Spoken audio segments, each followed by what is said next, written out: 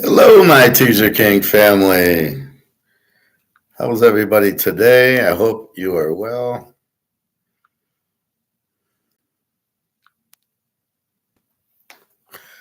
I think I pulled them. I'm hoping I just pulled a muscle or something in my back and my sides. We will see.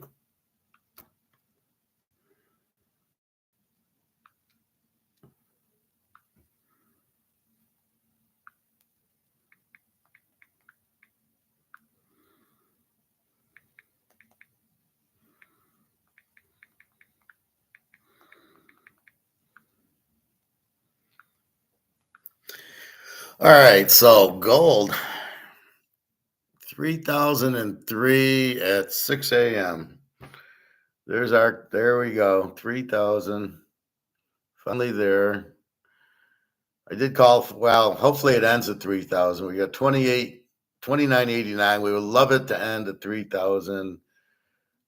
Just so they can say, hey, gold's at 3,000. But really, it's there. It's 29.90, which to me is the same. Silver 33.72. So it's finally holding. But if I'm going to show you, silver hits 3,400 at 810. So it finally goes over 34, and then boom, boom, boom, they push it down to 33.60. It goes down 50 cents, and now it's back to 33.72. So we did see that, although they're still manipulating it. And let's get gold back to 3,000. But 29.90, it's hit 3,000. It'll go over the psychological barrier. You see a lot of people like Mark McGuire. Don't waste your time. He had some guest on it who's terrible. I doubt he's got an economics degree. Like most of them, they don't. They're mostly salesmen, maybe gold guys who think they know what they're doing, but they don't. So all they're talking about is Trump and then Mark McGuire a little bit. Nothing with BRICS, gold-backed currency, but I believe that's in the making. They're waiting for the U.S. to collapse, and then they'll say, "Well, we have no choice. We got to come out with gold-backed currency." Anyway, I believe they're out of supply of gold and silver. For me and you could go to the store and buy an ounce or two. I think that's always going to be there.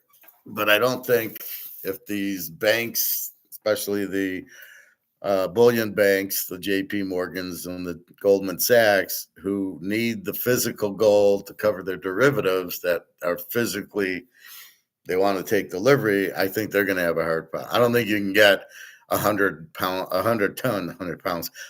tons of gold or silver. And that's, I think, what the problem is there. So I don't know what Trump's doing. Now he's doing higher tariffs. My guess with Trump is, as a businessman, he knows he's got a $37 trillion debt. And how does he pay off the $37 trillion debt? And he can't. Now he wants to sell citizenship to America for what, a million, 10 million, 100 million, whatever it was. And he hopes he gets all these people to come in. And I just laughed. I said, why would anybody move here? Our money's worthless. Our laws are terrible. The government's corrupt. No different than most other countries. But why would you move? Why would you spend all that money to move here? You go to Puerto Rico or go to the Bahamas, or go to a lot of different countries that you wouldn't have to do that with. What's the benefit? And why would I pay? I think maybe it's $10 million. Why would I pay that to come here?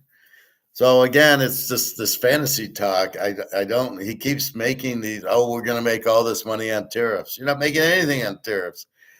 They will find, okay, the Russians can't do it because of tariffs. So what do? They can't get into their vessels to sell oil. What do? They fly it under a different flag. The Netherlands,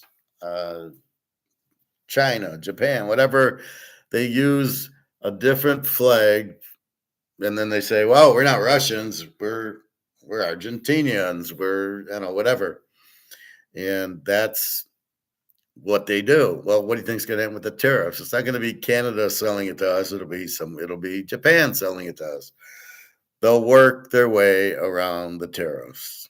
So Trump isn't going to get hardly anything off the tariffs. I don't know. It'd be nice not to pay income taxes, but I'm not sure that's a reality. Um, then they're talking about this idiot on Mark McGuire about the 50-year treasuries backed by gold. Why would anybody do that? First of all, just buy gold. Secondly, why would I want a treasury? I'm going to make what, 2%, 3% on it, 5%? Backed by gold. Again, that doesn't mean I own the bond. And if I get gold at the end of it, why don't I just buy gold? So that whole concept makes no sense to me. Plus, with the inflation, so you buy a bond for, let's say, well, you're a country, right? So you do it for $5 million. I'm gonna just go buy $5 million worth of gold. Why do I need a bond? Why do I need an IOU from the U.S. who still has? Okay, the bond will be backed by gold, but the money still is going to be worthless. So, maybe I don't understand it fully, but to me, a bond is an IOU. You give them 5,000, you give them 5 million, and you get interest each year on the bond. The fact it's backed by gold or not doesn't matter because you want to get your 5 million back. So the fact it's backed by gold doesn't help you, and you're still going to get US dollars back. You're not going to get gold. So that whole thought is just stupid. And for 50 years, I don't want to get paid back in 50 years. I just assume buy gold and watch the price go up. What do I need to fuck around with a bond for? I don't know. I think that's stupidest idea I've ever heard. Backing it by gold, I don't know what that means as far as the value of the bond still in dollars. Or if you're buying gold, then just buy gold. Why would I want a bond? But if it's backed by gold, I don't 50, I'm gonna, seems really like a stupid idea. Just buy gold. Why would I buy a bond? Anyway.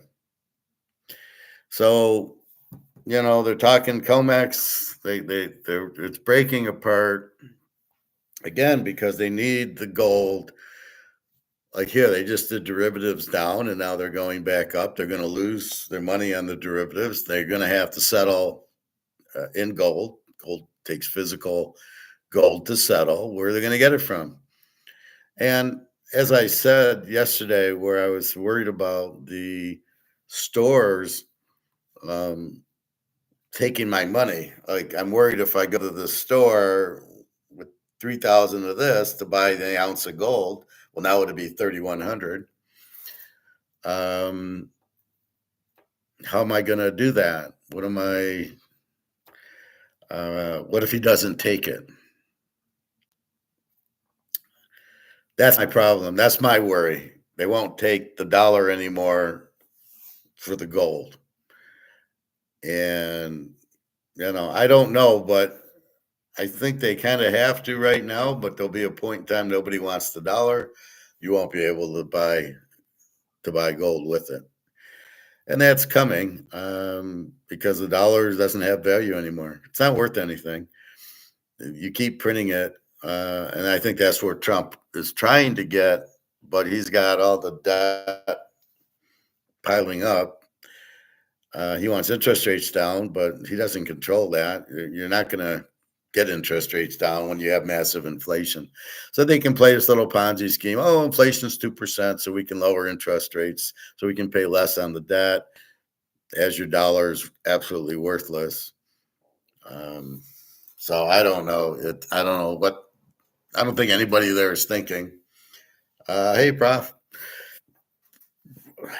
So Anyway, we finally hit. This is good for you, Prof. Finally hit 3,000 an ounce, so you can you're making more money with your bars, right? As it goes, it's money in your pocket. Um, that's what I say. Every $100, I make 7,000. So I'm like, it's kind of weird because it's unrecognized income. It's sort of like the Montana card. It's the same thing. Where's my Montana card? Just a second.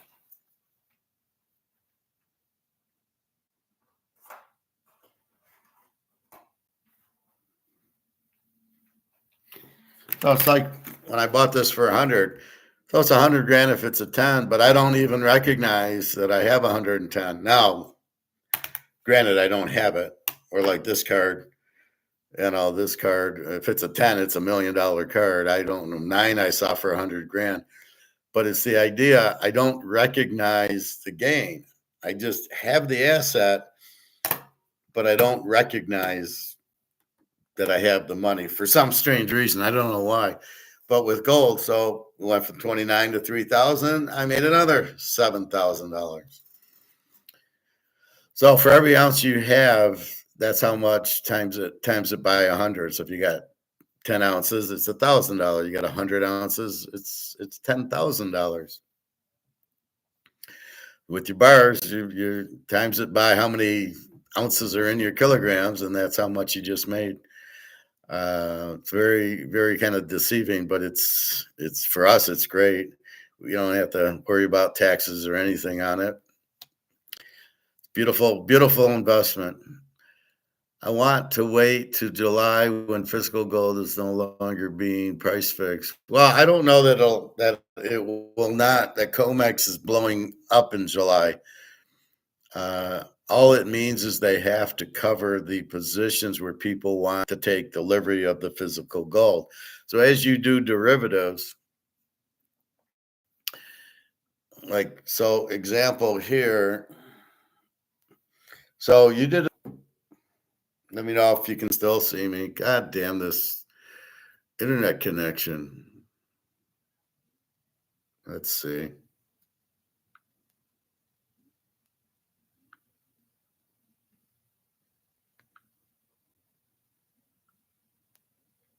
Oh, okay, good. Yeah, I see myself. Okay. Oh, okay, good. Yeah, I see myself. Okay. So as I was showing you, those are derivatives that happen.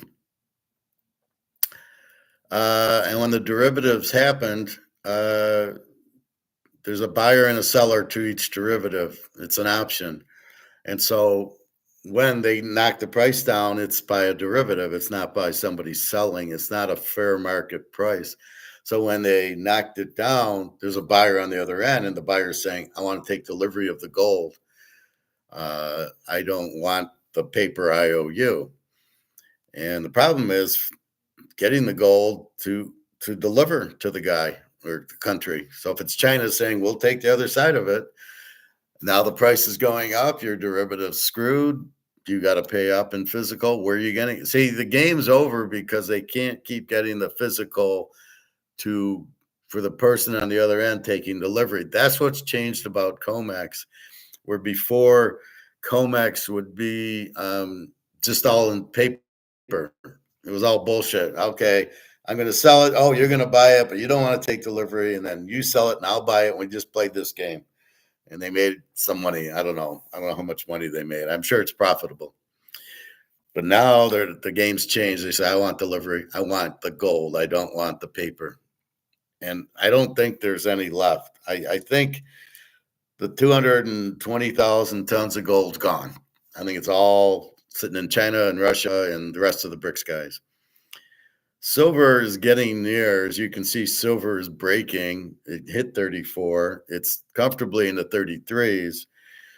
So that's why I argued that 33 was the point. I don't think 33. I think it's 35 is the point of no return, not 33. But they still need to take delivery of the silver and pay it off, and that's what's happening. So anyway, we're seeing silver go, and finally, what I don't get is silver moves 60 cents and gold moves $60. And we're all waiting for silver to start moving 20, 30, $40 at a shot instead of 60 cents. So there's a lot of bullshit, a lot of watered down derivatives hiding that it's physical. Is anybody selling silver?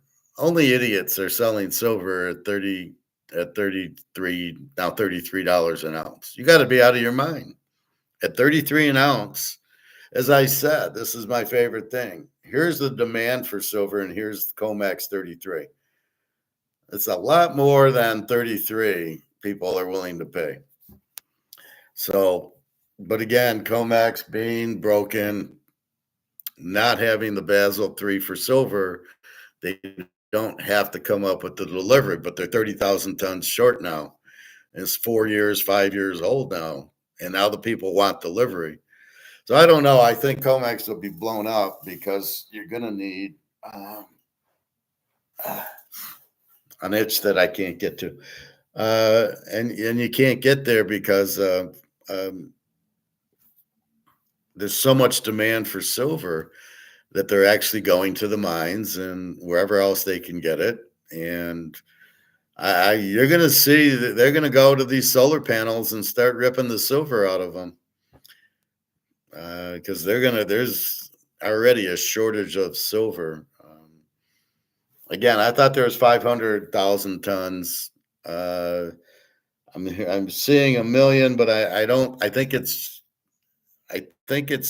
the rehypothecated, which means I sell it to profit, but I still have it. So I count it and profit counts it. So there's double counting. But I don't buy that there's a million tons of silver. I don't think it's much as gold is. So gold's 200,000 tons, silver, I still think, let's say 600,000 tons, and that's gone. And the difference is silver wears out, gold doesn't.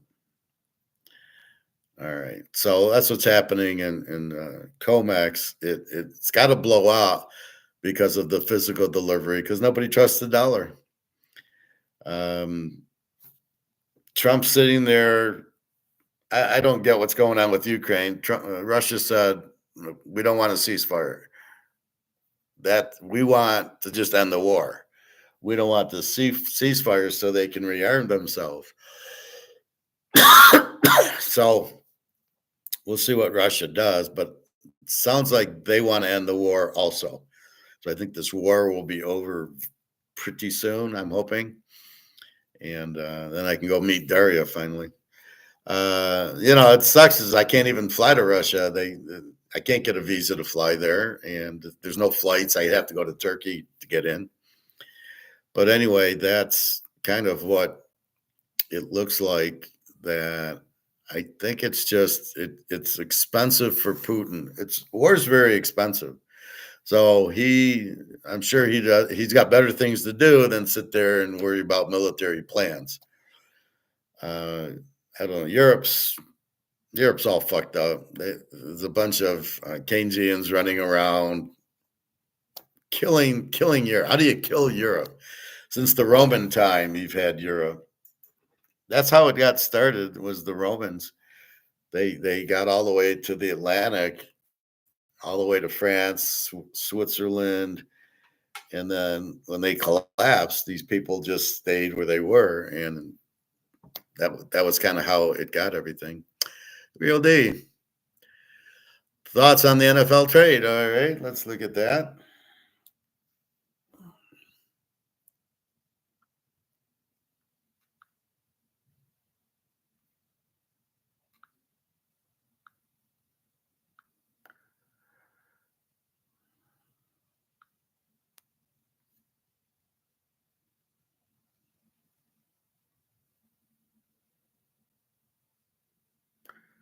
So let's see.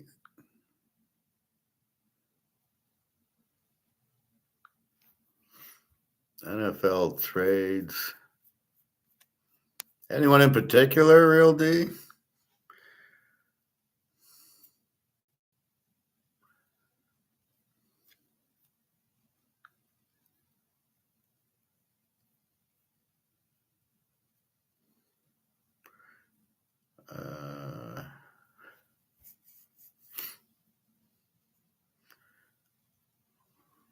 Let's see. I'm not aware. NFL free agent. What trade are we talking about?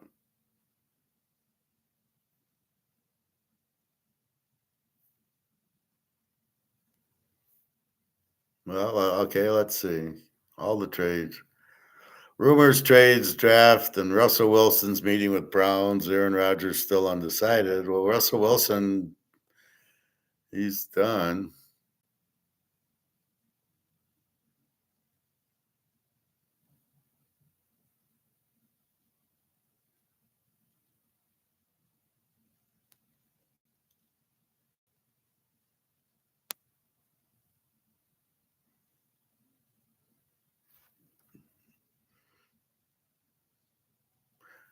This is okay. Cooper Cup expected to sign Friday. Cooper Cup being released from the. Yeah, I got that. And he's apparently where he'll sign. According to the Atlantic, the Seattle Seahawks and Dallas Cowboys are high on his list. Why would he go to Dallas? Well, didn't the Rams sign Devontae Adams? And now they got Adams and Pukanuka, so they'll be good. Stafford staying. I don't know why Stafford was looking at a trade. Where would he go? Minnesota or Dallas? But Dallas too stupid. They think Dak Prescott's any good. The LA Rams officially released Cup on Wednesday. Yes, yes, yes. He had 67 catches. I don't know what's. I guess he just gets injured a lot. He's still a good receiver.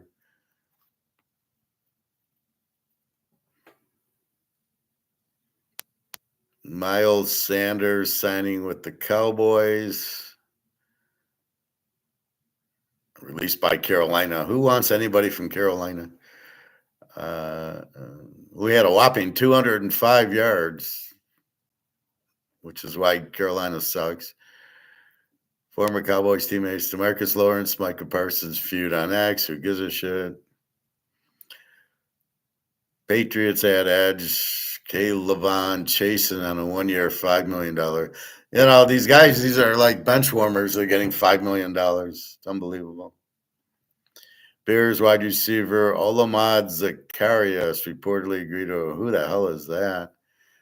64 targets for 500 yards, 3 touchdowns, 29 yards a game, and you're signing this guy to a 1 year deal. Gardner Minshew becomes Patrick Mahomes' backup.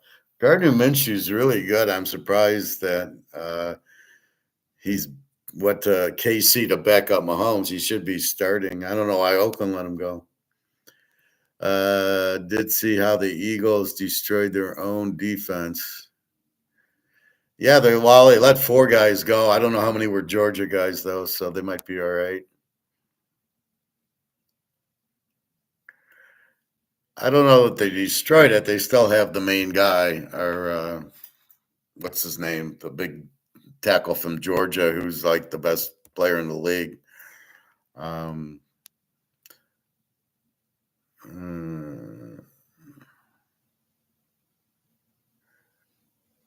so Gardner Minshew goes to Kansas City. Not a good move by Oakland. DK Metcalf is now on Pittsburgh. Now Seattle might not win anything with Sam Darnold, and you've let Lockett go, and now you've let DK Metcalf. They don't have any receivers. I think they might have picked up one. This is great for Pittsburgh. You got DK Metcalf, and you got the kid from Georgia who hopefully plays, and then they need a running back, and then now will Russell Wilson stay? Aaron Rodgers is also there. I don't know why. If I'm Russell Wilson, why you're not? Is he not good? I don't. He looks fine to me. I don't think he's your problem. You have no receivers and no running. Oh, let's blame Russell Wilson, the only decent quarterback you've had in a while. So maybe this draws Aaron Rodgers. He's got Metcalf and the kid from Georgia, and hopefully their defense gets a little better.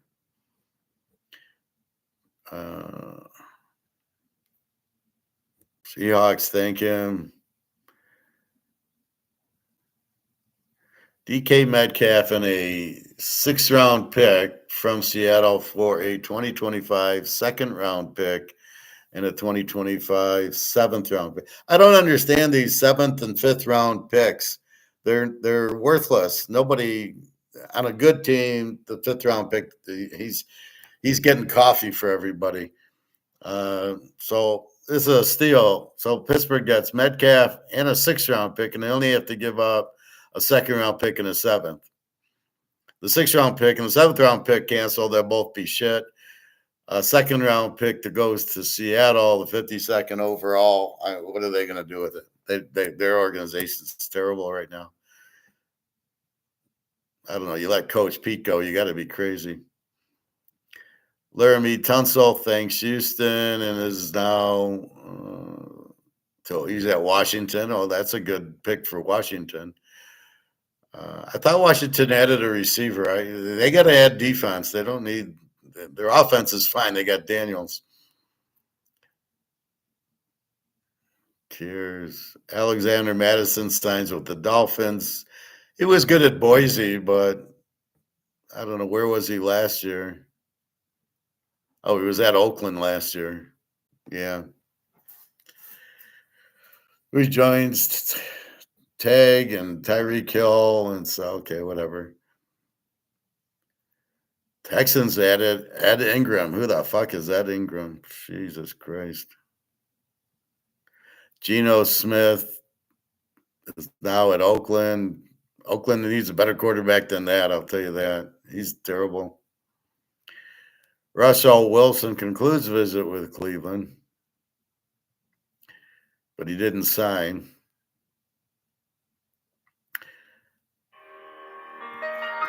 I honestly don't know why he's leaving Pittsburgh. Anyway, Kenny Pickett sees himself as a starter. He's at Cleveland. Well, if Kenny Pickett's your starter, you're in a lot of trouble, Cleveland. This could be like tank for the #1 pick. Aaron Rodgers hasn't decided. Now Pittsburgh wouldn't be bad if you had a DK Metcalf. Commanders bringing back wide receiver Noah Brown on a 1-year deal. Who cares?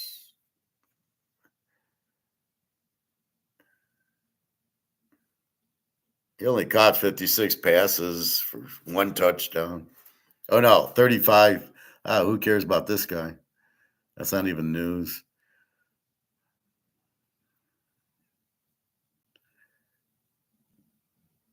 Okay, now Philadelphia got Joshua Uki, who have lost Brandon Graham and Josh Sweat.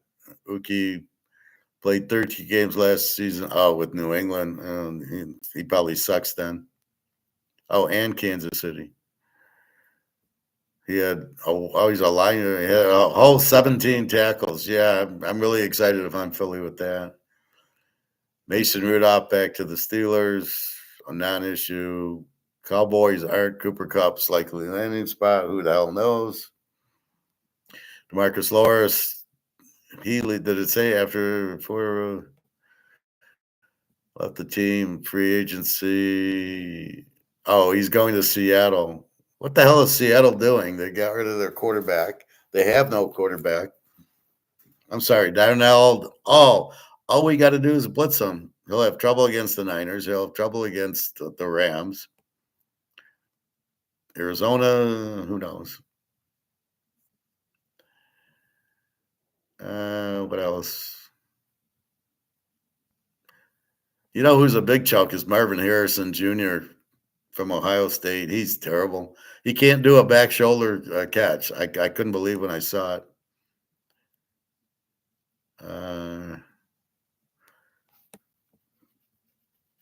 Cam Ward is the first pick. Huge mistake. Cam Ward at Washington State is not very good. He goes to Miami, and the ACC is terrible. Already has a big day against Syracuse, and he lost. I don't get it. It was just that style of offense. But when he played in the Pac-10, Struggled against Washington, struggled against Oregon State, struggled against Oregon. I'm sorry, I don't see him as the number one pick, nor Prime Junior. I don't see him as the number one pick. I love the kid out of Texas State and the kid out of North Texas. Those guys are very good. Will Howard out of Ohio State is just as good as Cam Ward. He was better at Kansas State, I thought. Dagio Pavia is not in the draft. He'd be the number one quarterback. That guy could, and you can win at New Mexico State and at Vanderbilt, you beat Alabama. Yeah, I want that guy. He beats Alabama. You got to be kidding me. Let's see. Saints making a push for Cooper Kupp. God, the Saints are terrible. Let's see. What else do we got? Anything else, Real D, that you want to? So the Eagles, yeah, but they didn't lose their star player. So I can't remember the guy from Georgia, the defensive tackle. He's their star player. All right, I'm not happy they lost Sweat, but they're loaded, so I think Philly will be fine. Their defensive coordinator's still there, and that's huge. Aaron Rodgers will make a public appearance on Saturday. Who cares? So I hate, give me news. Don't give me this shit. So that's what I see.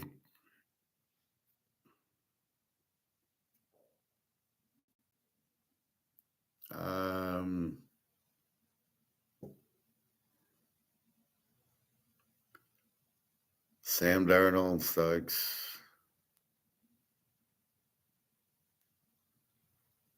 So all we're really looking for is Aaron Rodgers. I assume he's going to Minnesota or he's going to Pittsburgh. It's the only two places he needs to go to a team that's ready to win, that has defense. He'd be good with Jefferson, I would say that. And now that Pittsburgh's got Metcalf, so either one of those, he's fine. He is a head case. He doesn't listen to the coach too much, but yeah, that's it. They got to get rid of the offensive coordinator, Pittsburgh. That's probably their biggest problem. They got to get rid of him. If they don't get rid of him, it don't matter. They could have Joe Namath back there. He ain't going to do shit. So get rid of the offensive coordinator. Profit. Why didn't the Raiders go after Russell Wilson and reunite him? Well, we don't know that they didn't. But Russell Wilson, being an older quarterback, probably wants to go to a team ready to win, and Oakland's not ready to win. So I could see him at, well, Pitt doesn't want him, which is shocking. So I assume he goes to Minnesota. If Rodgers goes to Pitt, Russell Wilson will probably go to Minnesota, would be my guess. They need a quarterback. Wait till they get a look at J.J. McCarthy. To quote Bobby, it's a shake my head minute. Why would you want McCarthy? He's never played it down. He wasn't that good at Michigan. All he did was hand the ball off. Not only do I not see him taking with the 10th pick, I don't even see him getting drafted. So Hendon Hooker's better than J.J. McCarthy. Hendon Hooker at least beat Alabama. McCarthy, not so much. What did he do? He didn't beat anybody. They ran the ball a lot and had a good defense, but I wouldn't give credit to the quarterback for beating Ohio State. So that's what you see. Dylan Gabriel, I think, would be better than McCarthy. He's live. Like I said, the Texas State guy, the North Texas guy. I think there was a few others I was going through, but Cam Ward, he's not a first-round pick. And neither is Prime Junior. You're making a mistake going after those guys. Oakland, I mean, we'll see, but it's a weird draft. It's not Cam Ward in prime time. It's the guys underneath. That happened a couple of years ago where the top guys sucked. It was Fields stuff sucked, but the better quarterbacks were down there. Um, and I think it's the same thing when Steve Young got drafted. He what a waste of a first round draft choice that is. I mean, here's where I look at it: Jalen Daniels as a first round pick makes that's what you expect out of your high draft choice quarterback is what Jalen Daniels, Bo Nix, and Michael Penix. That's what you expect. They're ready right away, and they come in, they make big plays, boom, boom, boom. You don't wait 5 years for a Caleb or a Steve Young or any of these guys, Fields. You're still waiting for JT Barrett to come on. Tim Tebow, I mean, that's the problem. Some guy said, well, Tim Tebow was early. Tim Tebow would still suck because it's still he can't throw the ball.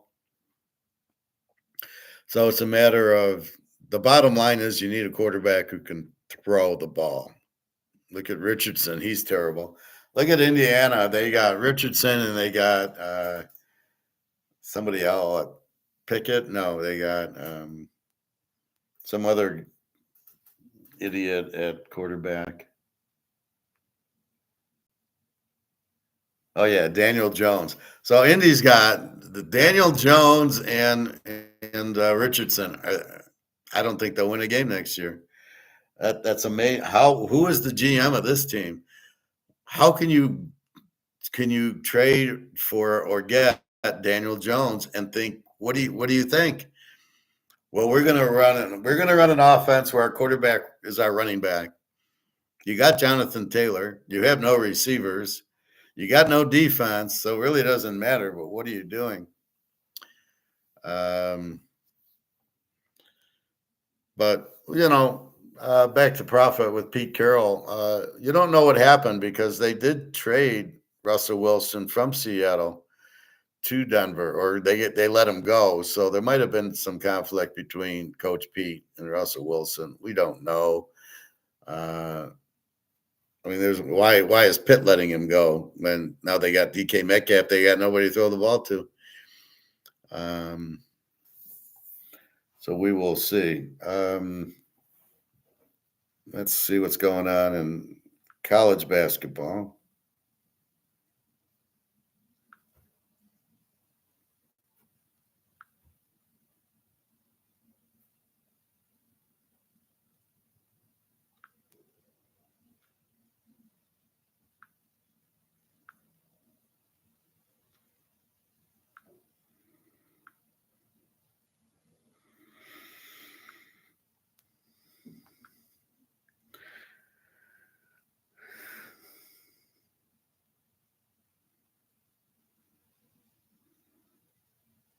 So I have no idea. I couldn't name one person in college basketball.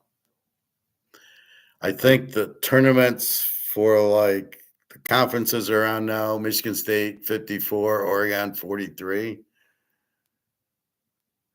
Wichita is beating Memphis. That's an upset. Old Miss hanging in there with Auburn.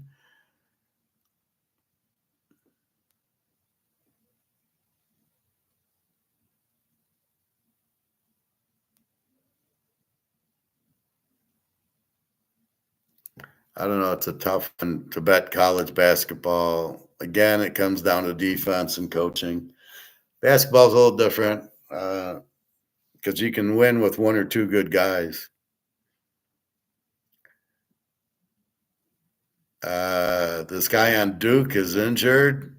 That's a shame. I always hate the Duke players, right? Cooper Flag. What kind of name is that? He's hurt. So sad. How do you get hurt in basketball? Jesus.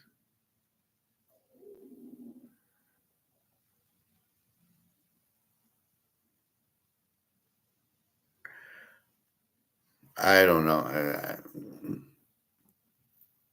Maybe we'll talk about the brackets, but basically, let's see if we have stats.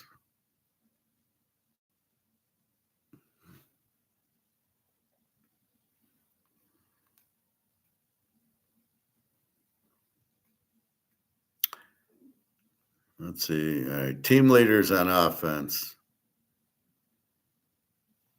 So let's look how we do college football, which we do so well.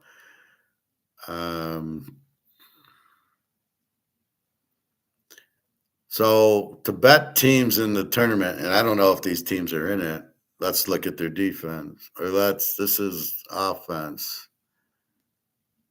I think this is offense. And then we'll look at the defense. When does March Madness start? Is it next Thursday? I think they have play-in games now. So I think it's Tuesday or Wednesday. They have the play-in game. So a 64-team tournament's now 68 teams, and they have extra games because I guess they think people who you're not even in the top 64, but people want to. People are actually going to pay for those teams. I mean, then why have a 64-team tournament?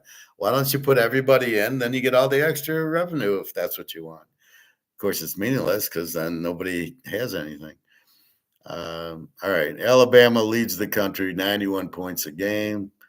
Gonzaga, Kentucky, South Dakota, Auburn. So a team like South Dakota, Cornell in the tournament, they're going to score a lot. They'll probably be a good dog or a good over. Florida, Missouri, Illinois, forget Duke with the injury. Sanford and Son, UAB, North Florida. Bobby Bryant played for the Vikings as a college. High Point, what the fuck is that? High Point, Yale, 82. New Mexico, Iowa, Arizona. So it goes through teams that score, but more importantly, you know what we want.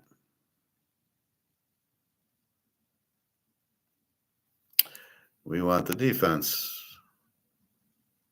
Where the hell's the defense?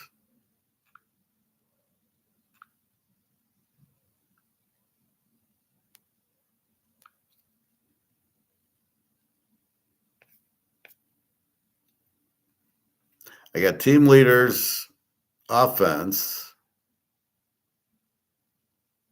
but I don't have team leader defense. The fuck kind of, how do you not have defense? Anyway, I'll look for defense, but that's what you want to bet in the tournament, the defensive teams.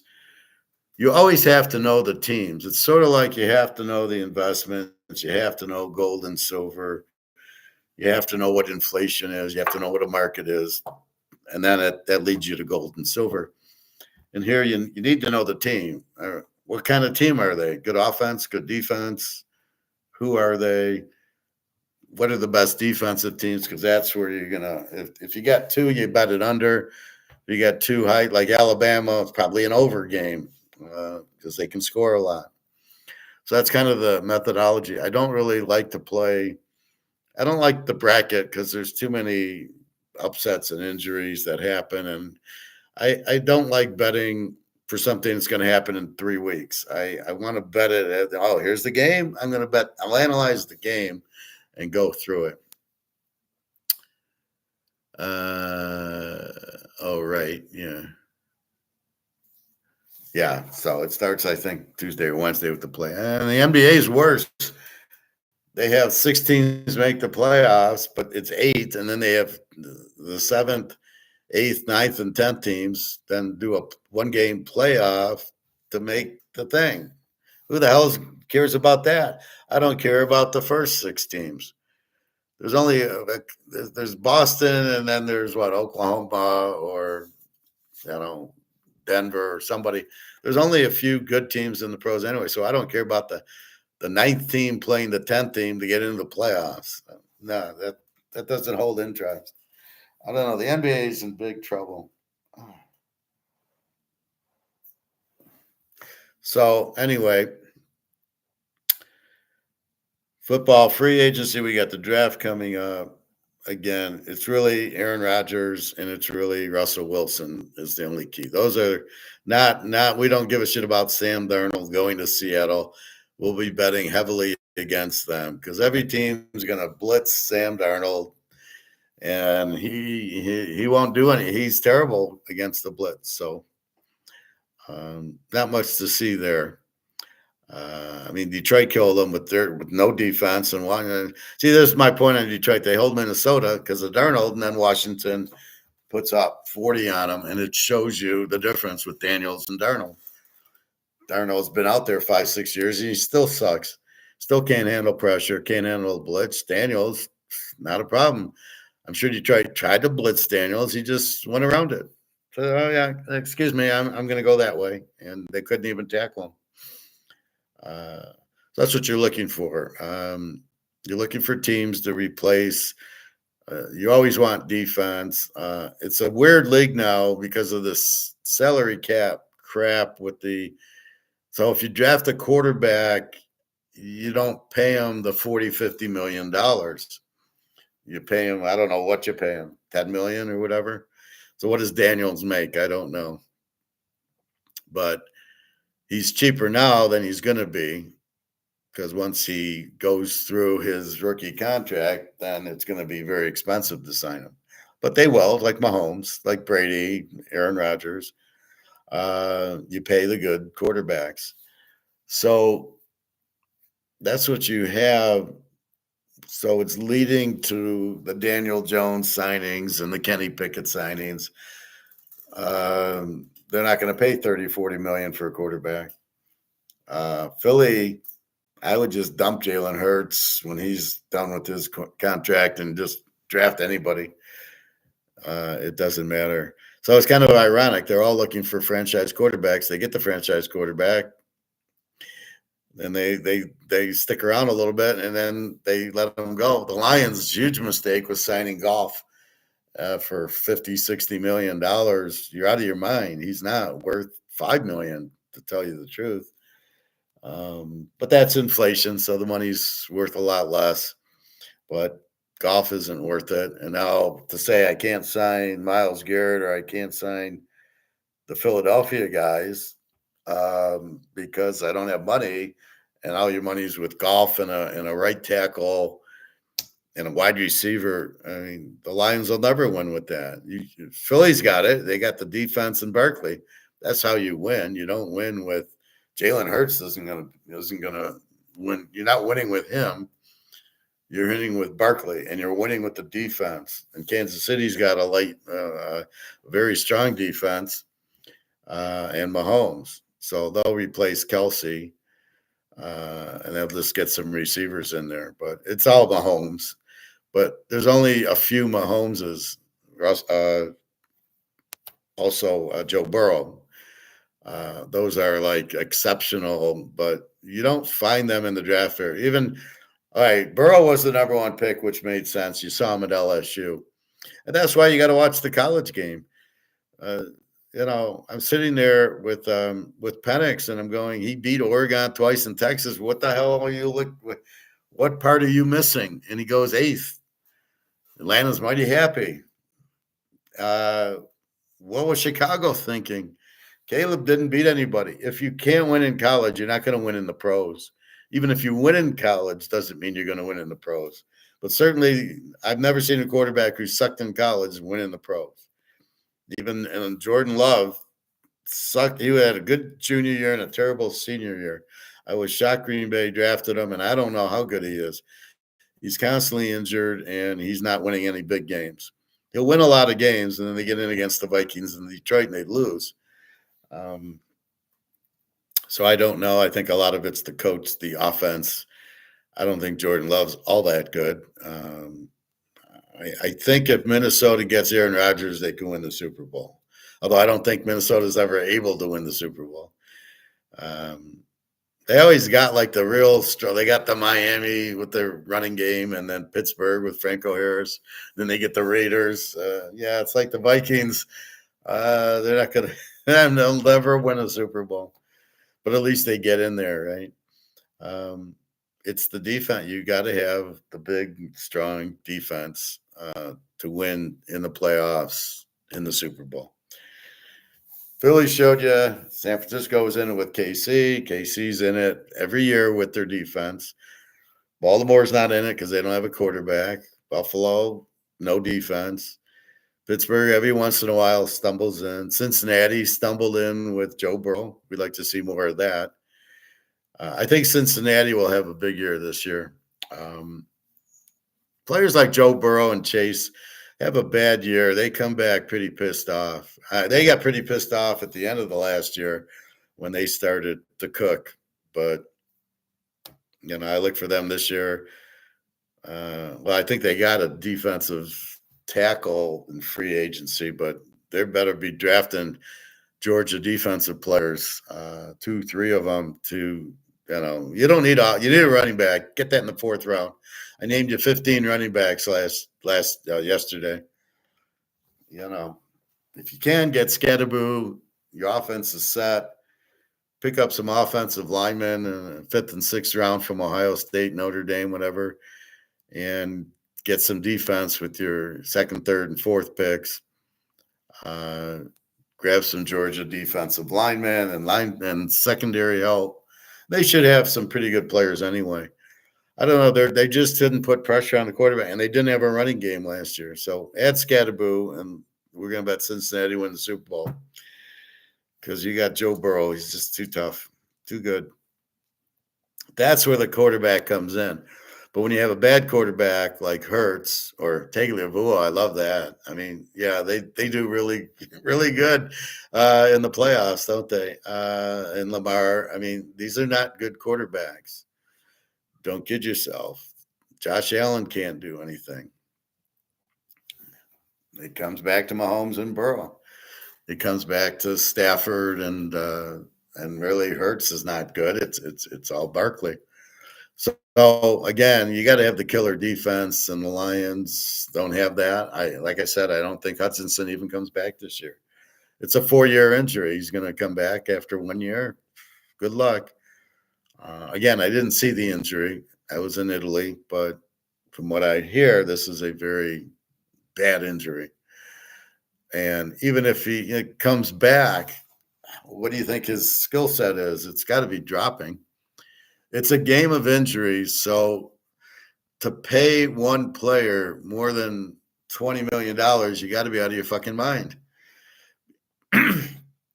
It's especially a quarterback. It's too much injuries. And if you pay a golf $50 million, whatever the hell they paid him, you can't get defense. And the defense you get are like guys that work at the grocery store. So you're not getting good defensive players, which is what's the key to winning, is your defense. Right?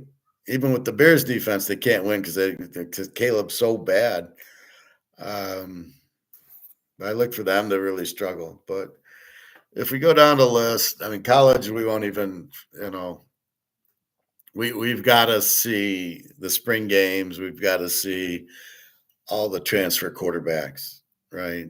I got to get my Bible, which comes out in June. See, the key to the first week is Dylan Gabriel was at Oregon. We bet Oregon, and you had Stenson, or you had back at Georgia. You can bet Georgia. I mean, so you got to have the returning quarterbacks. Poor Cam Rising, such a good player, and he just goes down to injury. He was going to be a good pro. So really, that's what you want to see, that star quarterback and that star defense. And I'll tell you what college is getting so hard on is really looking at all the coordinators moving. The offensive coordinator is now here. The defense coordinator is now here. And they seem to move every year. I mean, it's very unstable to figure out the team. So, and then you got new quarterbacks.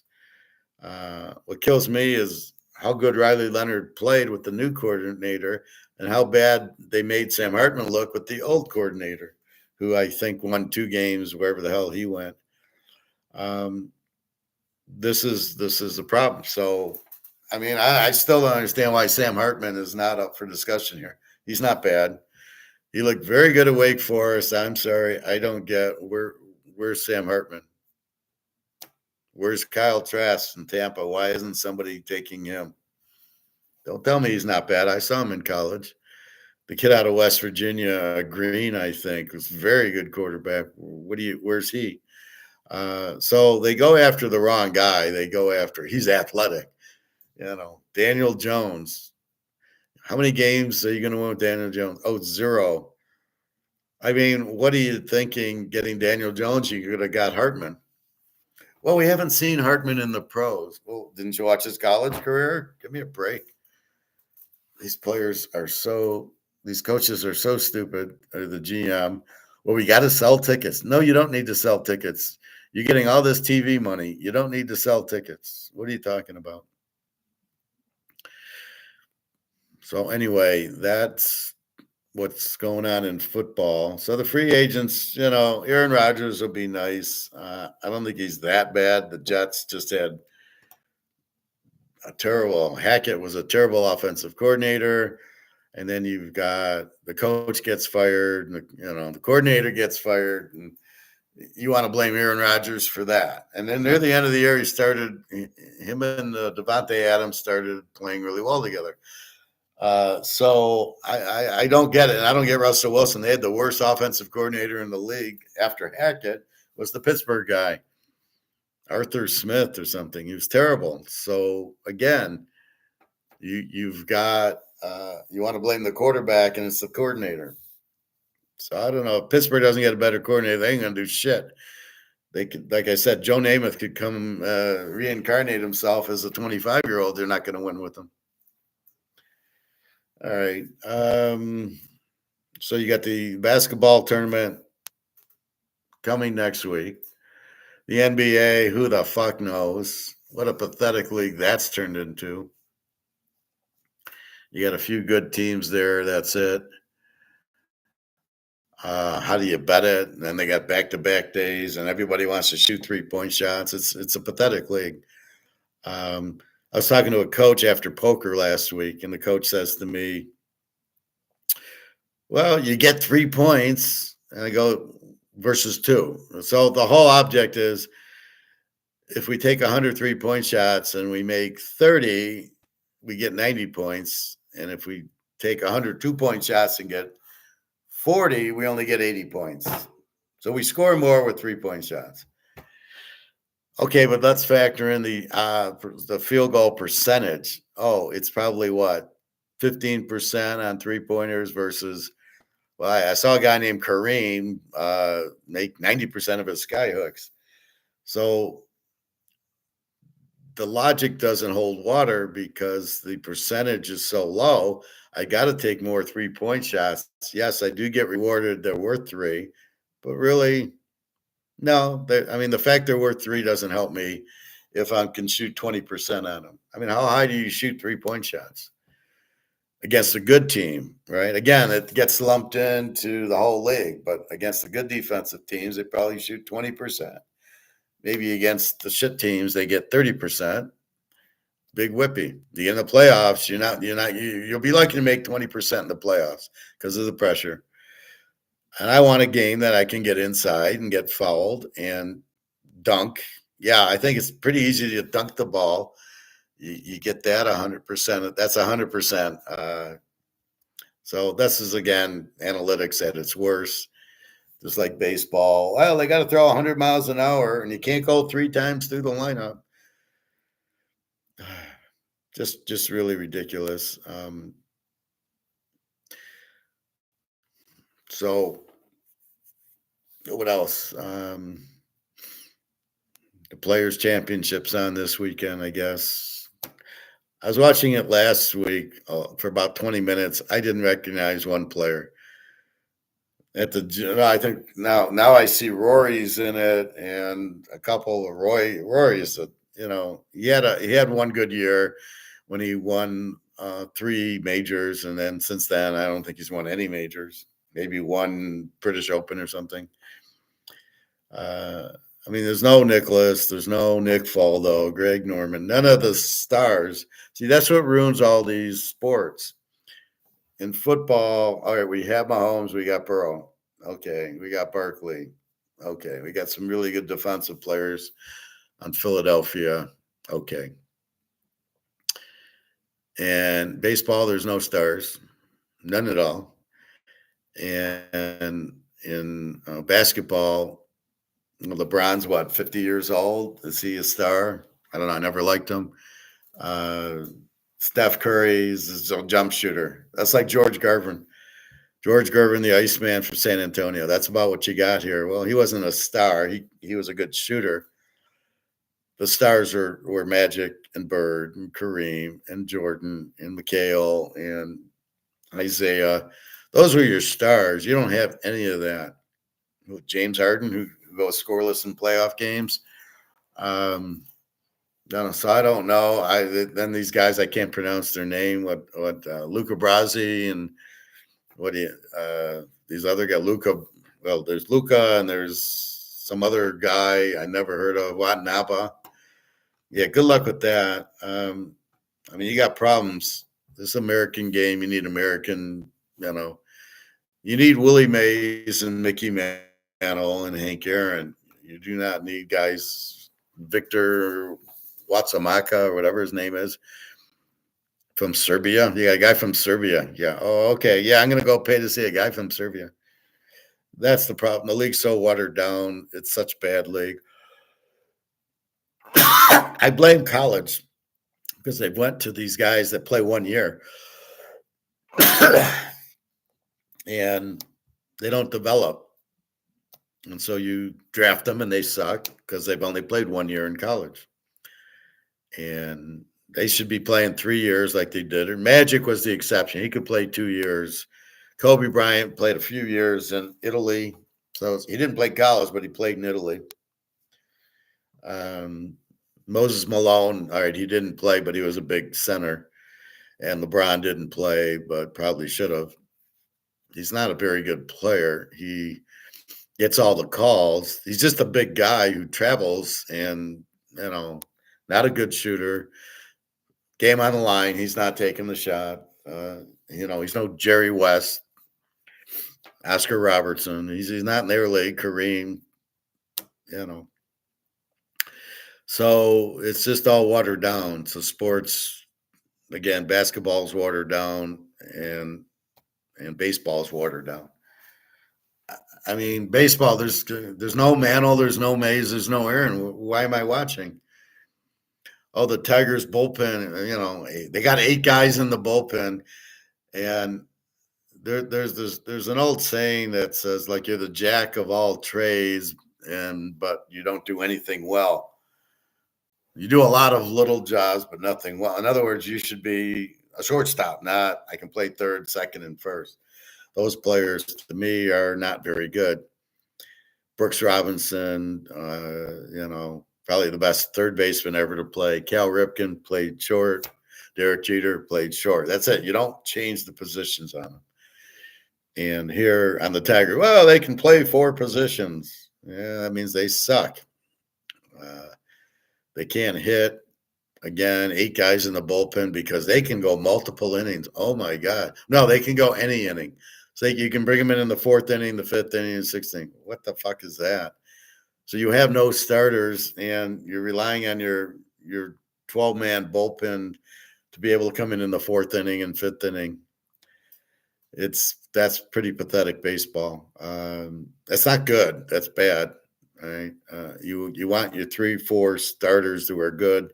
The 1970 Baltimore Orioles with 4 20-game winners: Koufax, Gibson, McClain, Lolich. I mean, the thought of having 8, 9 guys in your bullpen play shows you how bad baseball is. So it's really a very, what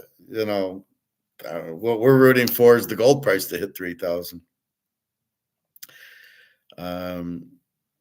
And all these people with a lot of money don't realize it's worthless. Even when you talk to some of these gold guys, they don't get they don't understand what inflation is. Well, inflation's down now. No, inflation's never down. You keep printing the money, it's worthless. It doesn't go away. It's not 2 or 3%. No, the consumer price, when I hear that, they don't know what they're talking about because it's not prices. Inflation is money printing. And then they don't want to call it, they want to call it debasement instead of inflation. No, it's inflation. And then they want to say, what else? They just, they don't realize the dollar's going to zero, right? So they don't realize, well, we'll do these 50-year bonds that there won't even be money in 50 years, right? The US maybe has a year left before the dollar collapses. So why would I buy a 50-year bond? Who's going to pay me back? Oh, to be backed by gold. Oh, do we have it? No. So how are you going to back it by gold? You don't have the gold. You have nothing to back it. So now it's going to be paper like ETFs. Am I going to trust the US and do a 50-year bond? Why would I do a 50-year bond? So I get what, interest on phony money? Uh, Again, that's just absolutely retarded. Um, I don't like that Mark McGuire is not keeping up with what's going on with BRICS and the gold backed currency and everything else. He did call the $3,000 gold, which I have called it at 20,000, at least 10,000. So give me a pat on my back. I called gold to go to 10, so it's got to go to 3 to go to 10, and silver to 1,000. Which again, you're getting caught by comex and the bullion banks. We're all going to get wiped out when they got to cover and the gold. They got to come up with the gold and silver to cover these derivatives, and they can't do it. So one guy said, well, they'll just cancel the contracts. Oh, really? No, I don't think so. They need the gold and silver to cover, and that's July 1st. So they're not going out of it. And then they keep bringing up the Hunt brothers. Well, they did not buy physical silver. They bought the derivatives. That's why they went out. It was a really stupid idea to corner the silver market in a paper watered down silver market. You're going to corner that market? Yeah, shows you how smart the Hunt brothers were. And why did they do that? Why didn't they just buy a bunch of gold and just hold it? I mean, people make it so complicated. You're going to corner the silver market so you're going to want a monopoly, which doesn't exist. You don't need to just go buy 10 tons of gold and you'd have been richer than you could have in silver. One thought on like kings and queens and dictators, right? People that run the countries. The reason those never work is because they end up being monopolies. You have a king and you have one man with too much power. That's why the United States was set up as a republic, sort of like, oh yeah, by the way, the Romans, when they were strong, were a republic. Then they went to an empire, which meant, so in a republic is you have a president and a senate, so it's a balance, right? You all got to agree. One guy can't make all the decisions, which is what it should be. And when you have a king or a queen or a jack or a 10, if we can go there, or a dictator, a Hitler, a Stalin, a Mussolini, it never ends because they can't possibly run an economy. Those economies are run by, I'm frozen, I see.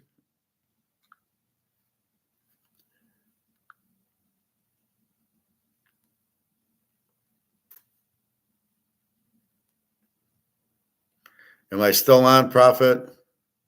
3 signs you have met an angel in human form. Angels are known to appear on earth.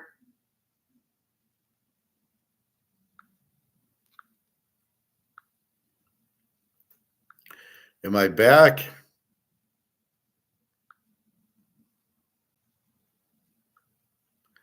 I think I'm back. Okay. We won't go too much longer anyway. So, what was I talking? Oh, yeah. So you need the balance. In other words, nobody can make all the decisions for a market. A king or a queen or a Hitler or a Stalin can't possibly run the economy. You have to understand, Adam Smith, that the market runs the economy. Only the market. Okay, I guess I'm still on. So only the market can still run the economy. And once you understand that, then maybe you could have, like me, if I was the king or the leader, I wouldn't ruin the economy because I understand it, right? I would let it go. I'd be free market, private property, no tax. That's how I would leave it. I wouldn't try to control it. That's the problem with Hitler wanting to control everything, or Stalin, and England. All these kings and queens and jacks, they want to control the market and they can't. Well, I don't know how Britain is, because Britain had Queen Elizabeth, but they also had the thing. Yeah, okay, thank you, Prophet. They also, not only did they have the king or queen, but they also had like the prime minister. So the prime minister, I never could understand the point of the prime minister and a king or a queen. But like the Romans, I'm watching Julius Caesar, and it's basically he starts taking over because he realizes it's corrupt and he can't get anywhere. He says, "I'll do it." And so the point was good, but it was too much power for the one person. So it's hard to really say what's good, but we are like in America now. We're really not. We're becoming dictator. Biden just did executive orders, so he didn't even use the Congress. That's very dangerous. Now Trump's doing the same thing. They're doing executive orders. Well, they're not supposed to. They're supposed to present it to Congress, and they vote, and the Senate and the Congress. It's got to pass the House. It's got to pass the Senate. Now these guys are just doing it on their own. Trump's on his own. Well, let's end the war in Ukraine. Well, okay, but I don't think he can do that. I think the Congress has to do that. The Congress spends the money.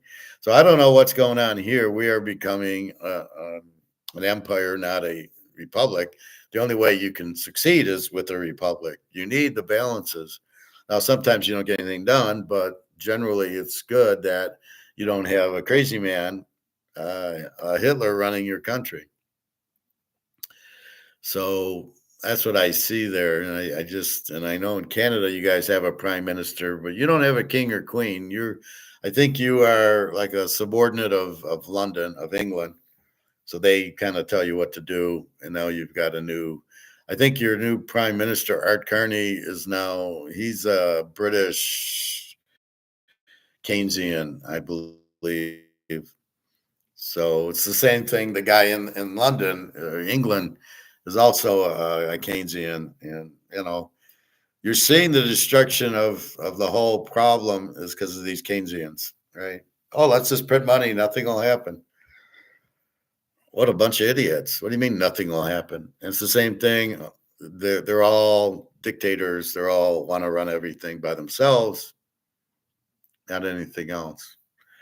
Um, so you realize that the game plan is to print the money. And they print and they print and they print, and they're stealing it, and they don't get the money goes to zero. So really the only out now is the gold and silver, because the people in charge are basically salesmen, and the last thing they understand is the economy. And you think, well, like the U.S., well, we brought in the guy. He's George Soros's guy. What are we bringing him in for? Terrible move. I mean, we'll be broke soon with the George Soros guy there. Uh, I see Trump talking a game, but not doing anything. Uh, he keeps saying this, that, and the other. Tariffs will make us rich. Bitcoin will make us rich. You're just shaking your head going, this guy's lost it. He's lost his mind. Bitcoin isn't real. Tariffs are killers. We will have it. We're already in a recession, probably going for depression, but shh, don't tell anybody. The stock market's kept up by ETFs. So again, well, let's see what the stock market's doing today. I can never get a freaking price on the stock market. Let's see.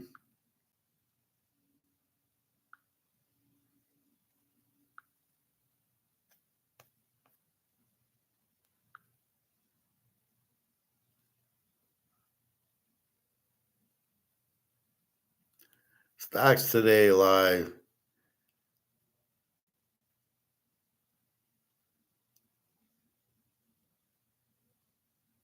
So it looks like it's up today.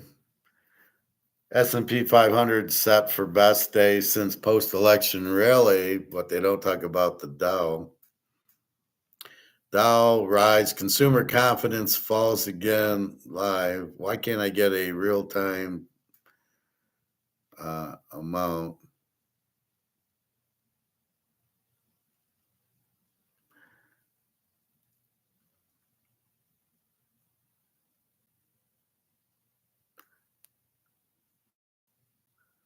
Oh, yeah. There are a lot of Trump aligned voices telling people to calm down, sell offs happen. I don't think it's got anything to do with Trump. Let's see. What is the current stock market doing today? Live. It looks like it's up 500 points to 41.3.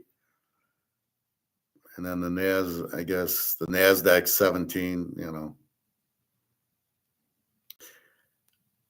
Why I love it. Why are stocks crashing? Because the dollar's worthless. That's why. All right.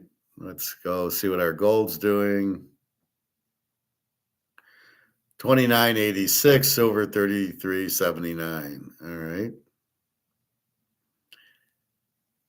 So gold's fine. I mean, we did get it to 3,003 at 6 a.m. The U.S. is doing its best to knock it down. Silver 33.79. So this guy on Mark McGuire is sitting there going, well, they'll just change the rules. Well, you can't change the rules. No. Oh, look what they did with the Hunt brothers. Yep, this isn't the Hunt. This is physical.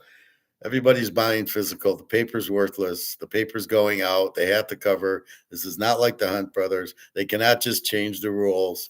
People have the contracts like the Russians and Chinese, and you can't just default on them. So I don't know what these guys are drinking or smoking on Mark McGuire's show, but that's not what you do. You can't change the rules. What kind of comment is that? Well, fucking idiot. You have somebody who wants to get settled in gold, so you better settle it in gold. My tape. So anyway, that's what's happening. I'm doing a 1-day fast, maybe a 2-day fast.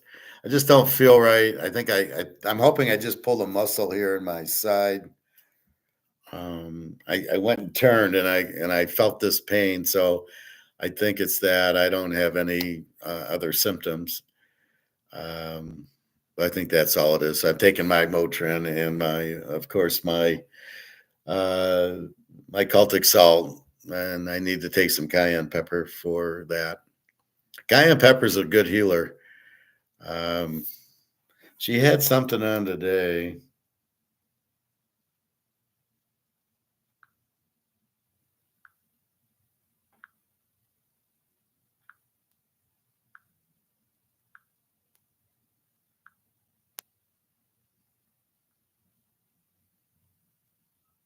So if you have fatty liver, there was 3 things you can take. One's coffee, one's green tea, and one's beet juice.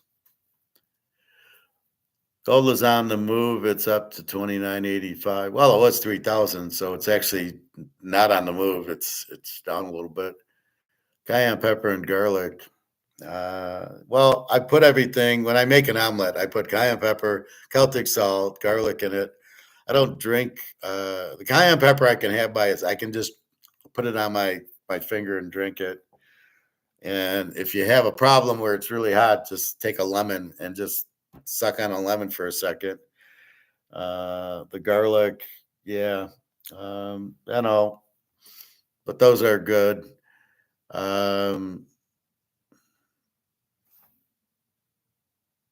Here's things on China. We've got passion, we've got determination. Like, and if we set our sights on something, you better believe it's happening. Yeah, I can't wait for that. 中国制造业转型升级已经喊。这现在的社会现状啊，讲出来你可能都不相信。You wouldn't believe what's happening in Shenzhen right now. Butchers are in tears. Vegetable sellers and fruit vendors are in tears. Even bubble tea shop owners are in tears. Restaurants are in tears. Beauty salons and hairdressers are in tears. Real estate agents Okay, so we get it. A lot of crying in China as they go bankrupt. Shenzhen. Now, this is Shenzhen. I have no idea what that means. Is that China, or I know it's in China, but is that just one city in China or not? I don't know, but they're all in tears. Um, We'll be shifting some production lines over there. Tariffs on exports are getting higher and higher in China. I know a lot of factory owners who have already set up factories in Vietnam.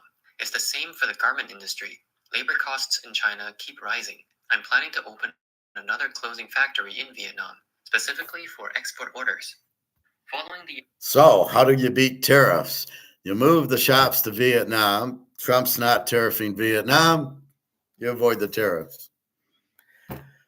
So, I don't think you can get country specific. I'm sure China was sending a lot to Mexico, so he's tariffing Mexico, but then he won't. He'll go to Vietnam or these other cities, or he'll go to maybe Argentina or another Latin American powerhouse to make it. But you can see how they get away from it, right? Oh yeah, we'll go to Vietnam, and we'll go to Japan, we'll go to wherever.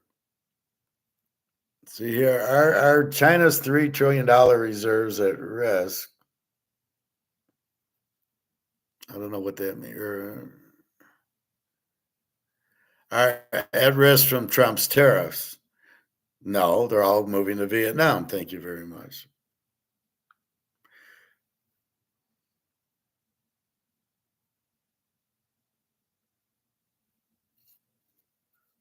There's a liver detox juice if you want to get rid of that. I think it's got to do with beets. And I think it's beets, celery, and something. There was one third ingredient: celery, beets, some herb that I've never heard of, and I think there was one other thing. And you make it into a juice. So mostly celery and beets, which we know, and then that'll help your liver. So if you're having issues with your liver.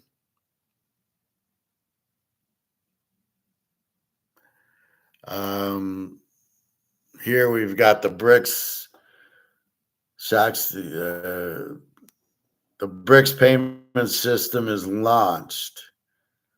So I don't know. I didn't finish up on this video. Most people are too lazy to do this, but it saves homeowners a fortune. Nobody cares. Quick break. If you're enjoying the President Trump has issued a strong warning to the BRICS nations, urging them to make clear commitments to prevent the rise of any currency that could rival the US dollar. He reaffirmed his dedication to maintaining the dollar as the world's primary reserve currency, and emphasized that severe economic sanctions, including 100% tariffs, would be imposed on any nation attempting to challenge its dominance. In a pointed statement late last year, President Trump declared that there is no chance the BRICS bloc would replace the US dollar in international trade or elsewhere. He added that any country attempting to do so should say hello to tariffs and goodbye to America. Earlier this year, he reiterated his position on social media, stressing that This is the problem I'm having with Trump. He doesn't understand what he's doing. There's nothing wrong with competition. There's nothing wrong with a BRICS gold-backed currency. It would strengthen a lot of things. And he keeps trying to be a bully. Oh, I'll do 100% tariffs on you if you try to not use the dollar. Nobody wants the US dollar. It's worthless. So again, it's just the fundamentals that the US dollar has no value, and they're coming out with a gold-backed currency. That's pretty much what do you want them to do? And what do you want Russia to do since you're sanctioning Russia and you're sanctioning China? What would you like them to use? Oh, we'll use the dollar. We can't. You won't let us. So we got to come out with our own money. Yeah, but it can't replace the dollar's reserve. Well, forget that. It's already, if you have gold, you've replaced it. I'm still on the assumption that Fort Knox has no gold. Even Mark McGuire said that today. If it is gold, it's rehypothecated, which means China owns it. So what are you going to do? He's jumping ahead without understanding what he's doing. That's like us saying, well, silver's $1,000 an ounce. Well, it isn't. It's 34 right now. But we anticipated to get there, but it isn't there yet. We can't say, oh, I got 100 ounces of silver at $1,000 an ounce. I'm going to go buy a boat. I can't do that. I got to wait till it hits 1,000. So in other words, he's got to go to the Fort Knox and he's got to see the gold and know it's his and not China's before he does these stupid bonds or any of this other crap that he's trying to do. You must understand that and know that. So I just don't like Trump with the power play here. Well, they go against us. Oh my, we're going to tariff them. Like that's the big secret. Nobody cares about America anymore. Our dollar is worthless. We don't produce anything. I was watching another one yesterday, and they said we don't make anything. We just sell like IT related intellectual property, and it's all finance. It's all ETFs, and buy our stocks and buy our bonds. We don't sell anything, right? So what is it that people are going to buy from us? Like you think we're a big market, but what do we market? Name a product. We don't have steel or aluminum, or even if you buy golf clubs, I'm sure they're not made in the US, or tennis rackets or clothes. Clothes haven't been made in America in 50 years. So I don't know what he's talking about. Nobody wants we don't make products. And to think that he doesn't get it. You in a Austrian economics, whoever makes the best product at the cheapest price, with everything else being equal, is who you want to buy from. If that's Japan, China, Korea, Germany, that's who you want to buy from. It shouldn't be a nationalist view of it's got to be made in America. Sorry, that's gone. We can't compete. Our wages are too high. Who do you think started this? Ford and GM started this whole China thing because they had to pay an engineer $100,000 and they could buy a Chinese engineer for 10 grand who didn't know what the hell he was doing. And then I'd hear well, they're not like Americans. They're communists. They don't care. They're very slow. Well, of course, they're not trained. You're not getting an American engineer. So you thought you were very smart. Look what you did. So there's not much in Ford and GM anyway. So that's what you're really struggling to do. But I just see Trump with the bullying. We're going to come out and we'll charge people $1 million or $10 million to move here or whatever it is. And we'll make $70 trillion. If we get all these people to move here, we'll get $70 trillion. And then we'll pay off the debt and we'll have a surplus. What is wrong with this guy? He's out of his fucking mind. Who do you know people are going to move here for $10 million? Are there that many rich people? And all the dollars are worthless, so it really doesn't matter there, fella. Once the dollars crash, nobody will have 10 million.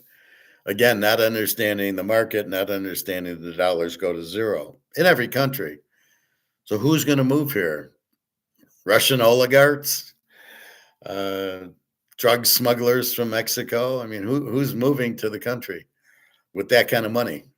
And if they have that kind of money, they don't need us. They're running their own countries. So I don't know what he's talking about. And it's just like, oh yeah, we're very, this and like even the way he talks, very egotistical. I'm not a Trump person. I did not want Kamala Harris in. I mean, she's horrible. That's like but that's like Sam Darnold being your president. No, I'll go to Mahomes. Thank you very much. And Daniel Jones better. Kamala Harris is Daniel Jones. Yeah, we want Daniel Jones running the country, and no, we want Mahomes. But what we got was Tag Tuolavia, whatever the fucker's name is. That's what we got. We got some guy who talks a lot, but he can't back it up. And all these ridiculous questions and comments he says, I'll end the Ukraine war in a day, and it's been 3 months now, right? It's we're in the middle of March, so it came in the end of January, so end of February. So it's not been 2 months yet, He still hasn't ended the war. He's close, but then they fuck up and they go, there'll be a ceasefire. That's not what Russia has agreed to. We want the war over. End the fucking war. Stop giving money to the Ukraine. And yet he keeps doing it. So who's really running the country? Well, it ain't Trump. It's still George Soros. That's how Trump got elected, I would imagine. So there's big problems there. So anyway,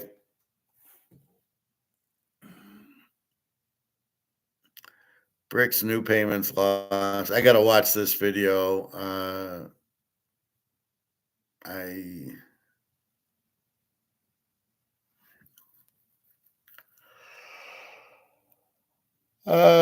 We got to see what. Let's see if it says when.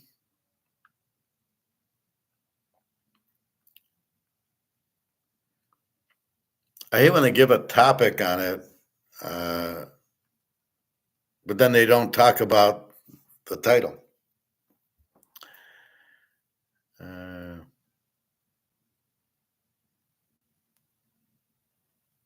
Later this month, BRICS are set to meet in South Africa on the sidelines. Yeah. July BRICS summit. So you're telling me that BRICS shocks the U.S. with new payment system launched despite warnings, but it hasn't been launched. So what the fuck are you talking about?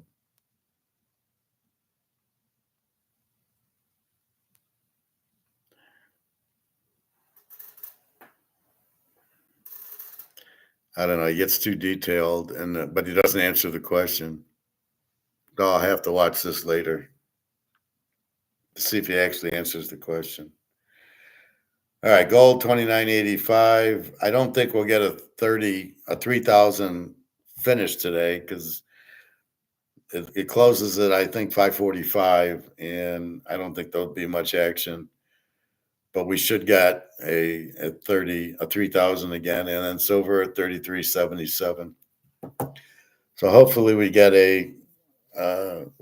we've hit 34. Now we got to keep it, and then we've got to start finally going to 50 and 100.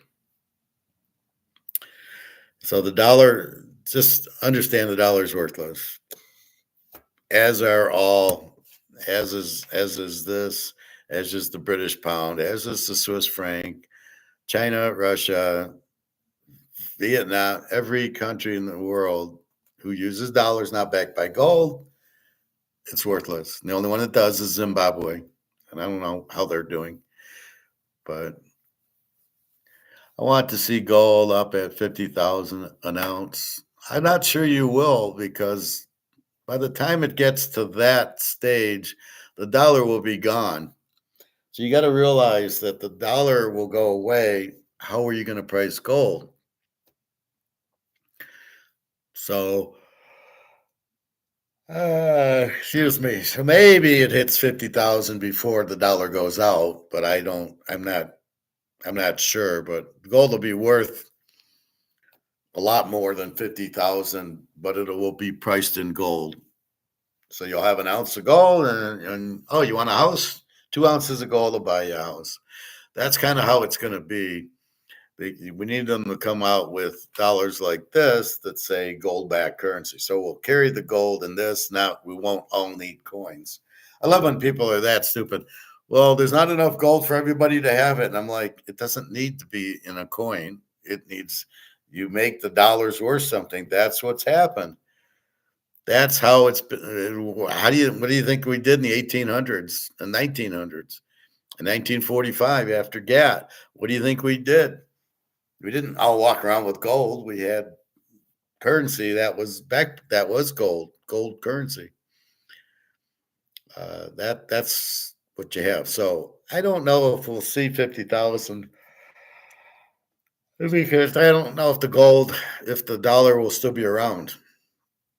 So once the dollar goes out, and it's really tricky because the US dollar is setting the price, which it probably shouldn't.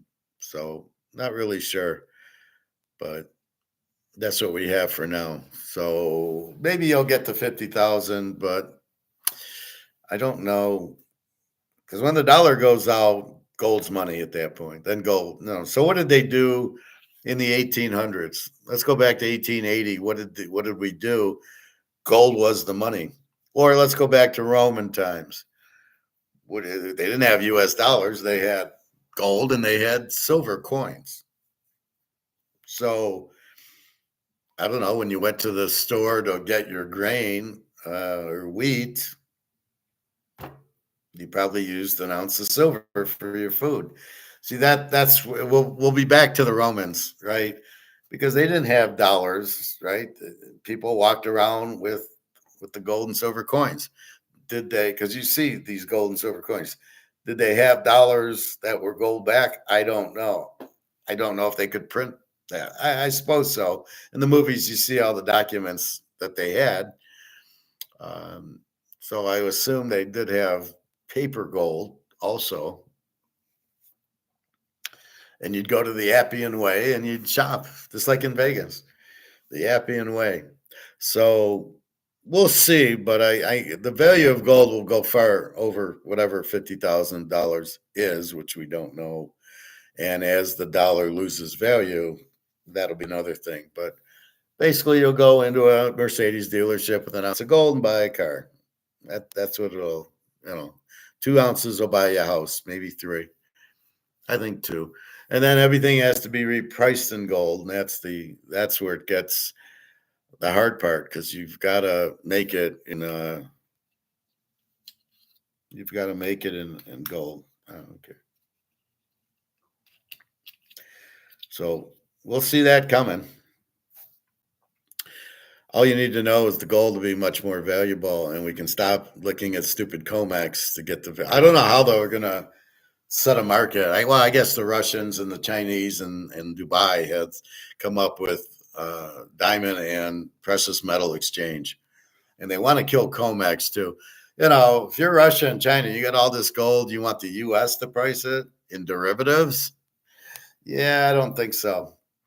So they need to come out with theirs soon. What I don't like is the U.S.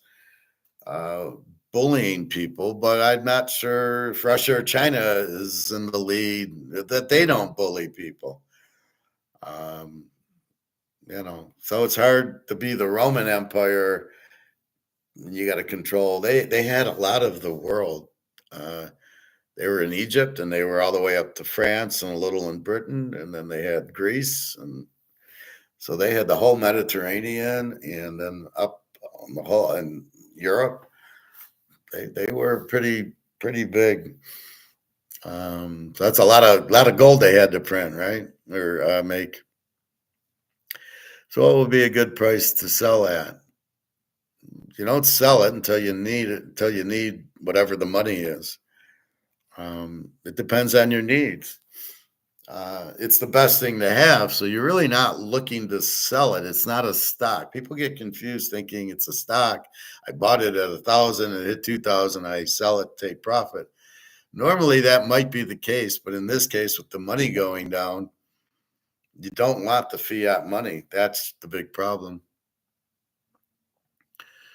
So it's depending on your need. If you need whatever the money is, whatever this will be, if this is gold-backed currency, well, it's not a problem. If it's monopoly money, you only take as much as you need to pay a bill or go on a vacation or whatever you're planning on doing with it. You want to buy a house, so you use gold to get the money to buy the house. But gold, you're not. So if you have, let's say you have 1,000 ounces of gold, you're not really looking to sell it.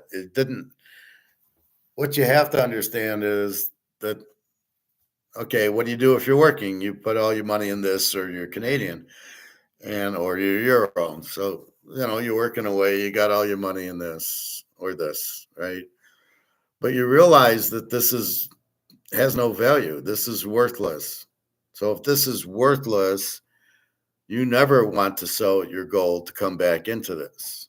That's why I use the Titanic. I don't want to get back on the Titanic. I just got off the Titanic and got into the lifeboat because it's sinking. Well, so is the dollar. So, which then creates you to, if you know it's sinking, you don't want to be on the boat at all. So if you're asking me, when do I want to sell the lifeboat to get back on the Titanic? The answer is you don't. But you have it.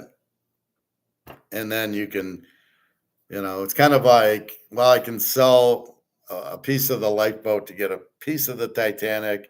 Oh, I just got to run back on to get something, and then I'm running back onto the lifeboat. Kind of something like that.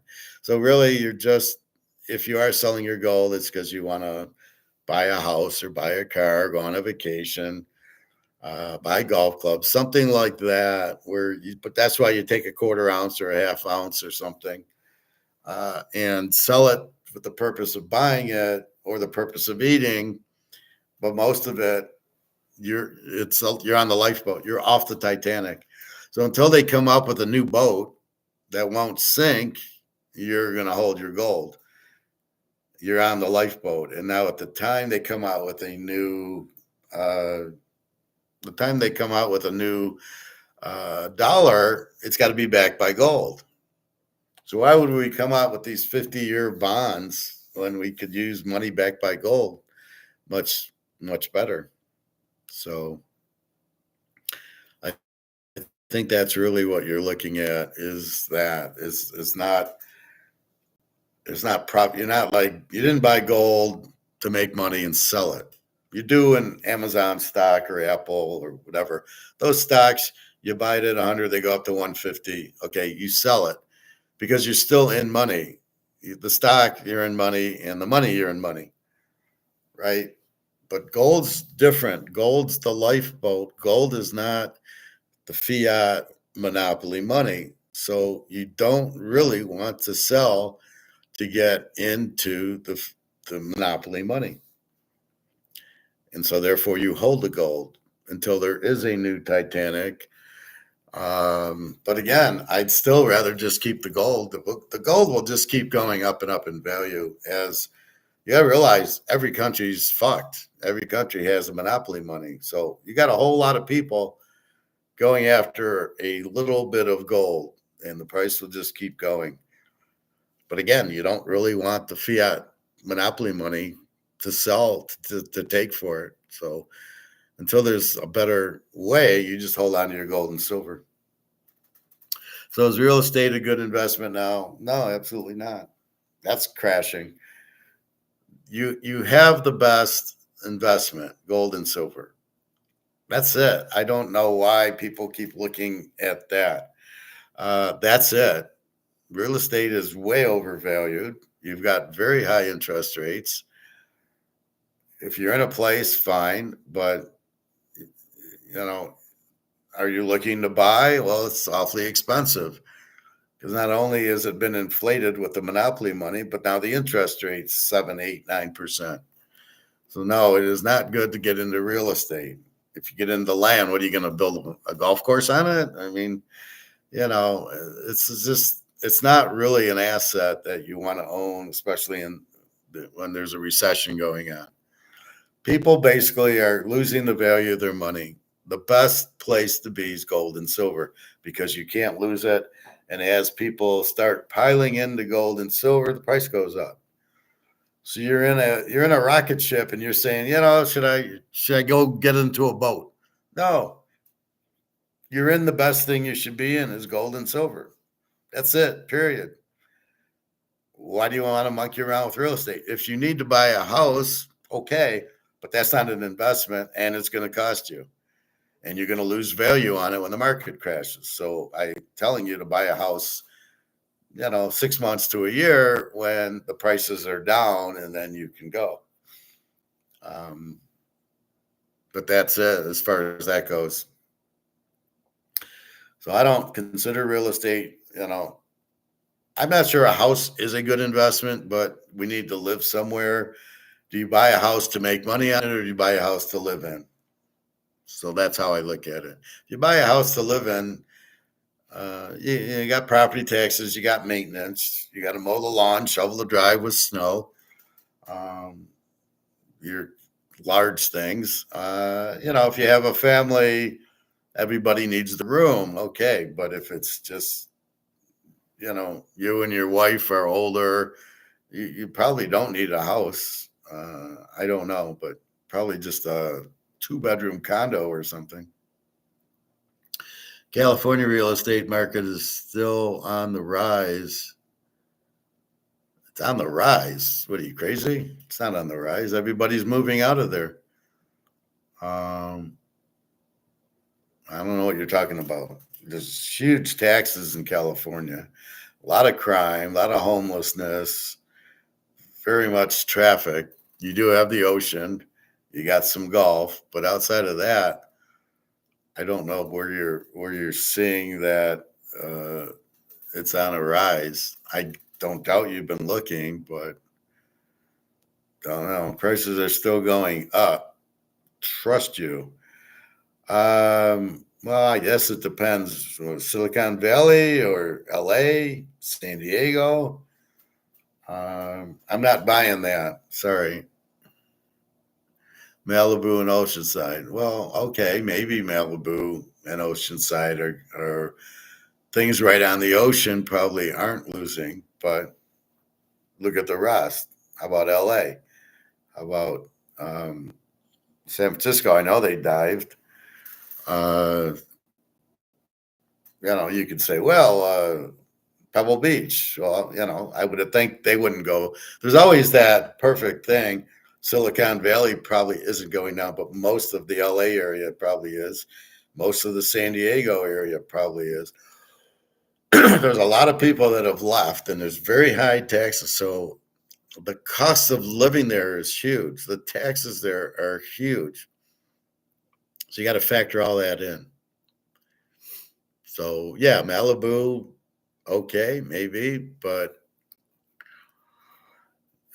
how are you going to fill up your car with gas? You got to pay taxes and everything. I don't know.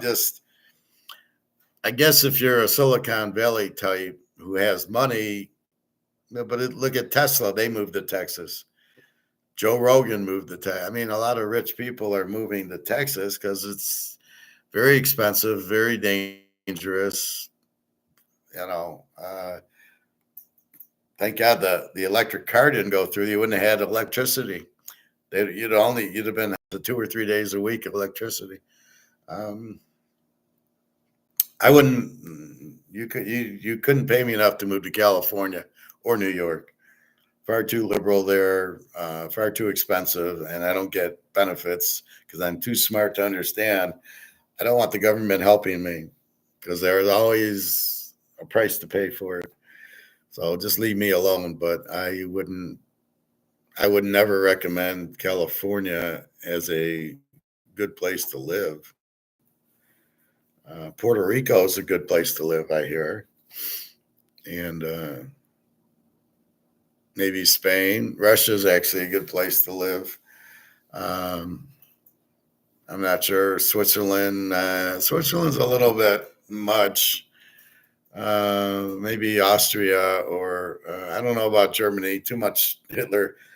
Jenna wanted me to go to Germany with her, Berlin. She's got a friend there. And I go, it reminds me of Hitler too much. I really don't want to revisit World War II and Hitler going to Berlin. We can go to other countries. That's why we went to Italy. I don't want to go to Berlin. And I know your friend's there, but she's got this cake deal where because she's Ukrainian, is there for refugees. I don't think she has to pay for her apartment or, she's got a lot of perks because she's Ukrainian. So I'm not sure about some of these countries. France is difficult unless you speak French, but you're Montreal, you might speak French. I wouldn't move to Canada, that's for sure. Some island off the coast is probably good. Like I said, the Bahamas, the Caribbean, but not California. Oh, I don't know what you're thinking. You're not looking at the whole picture for houses. So are they going up, or is it just the prices going up? But are they making sales? I show you eBay, and there's no sales to be made. Anyway, I'm a little under the weather, as you probably can guess. So my side's hurting, but now I'm getting tired. I don't know. I think I caught a bug or something. So I went to bed early. It was like 9 o'clock, and I was falling asleep on the couch. And then my side, like right now, my side's okay, but it's tender. So I'm going to go to the hot tub, and I'm just going to walk in the pool. There's something really invigorating about going to the pool. I won't swim, but I'll walk in it. Usually I run in it, but there's something very invigorating. I think the way the blood moves, and it's good for the brain to do the activity. And so usually when I'm in pain, I go to the pool, I take a hot tub, and I'm fine. So I want to go now before traffic gets too bad. I don't know. I hear there's problems in Florida. There's one of these videos on YouTube about like the 10 best places to move to. What I found was how I chose Italy. There was like let's see if I have that. Oh, here it is. So it was the 50 small cities in Europe. So the number one was, I think that's Austria, Spain, Germany, Greece, Montenegro, Italy. And then there was this one on 50 best places in Europe. And that's where I found the Amalfi Coast. Salzburg, Austria, Croatia. So there's nice cities in these countries, and you can probably live pretty cheap if you don't live in Rome. But if the Amalfi Coast, a little bit more expensive. But I'm not sure about Italy, but Germany, Salzburg, Austria. So there is places that you can probably live pretty good in there, especially with what you have. So just check it out. But my advice before moving anywhere is to go live there, take a vacation for at least a week. Is there good groceries? Is there good restaurants? How are the people? If you're going to live there, because I didn't do that when I went to Toyota in Alabama. And when I got down there, I did not like anything about Alabama. I thought it was terrible. I'll never go back.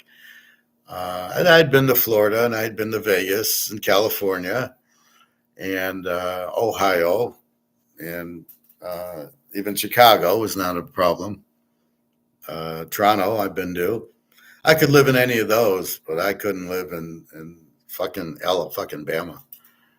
No, it's ridiculous. You hear North Carolina is a good market. I don't know. It's getting expensive. Check it out first. North Carolina, South Carolina, all along the ocean. Been to Florida many times, and it's always been great. So you might rather move there. There's no state tax that like you have in California. And you still get the ocean. You just get the Atlantic versus the Pacific. One's blue and one's green. I don't know that you'd want to live in California. Now I know your fiance's there, and does she like it, and can she afford it? Is she bothered by the high taxes and the crime and the homelessness?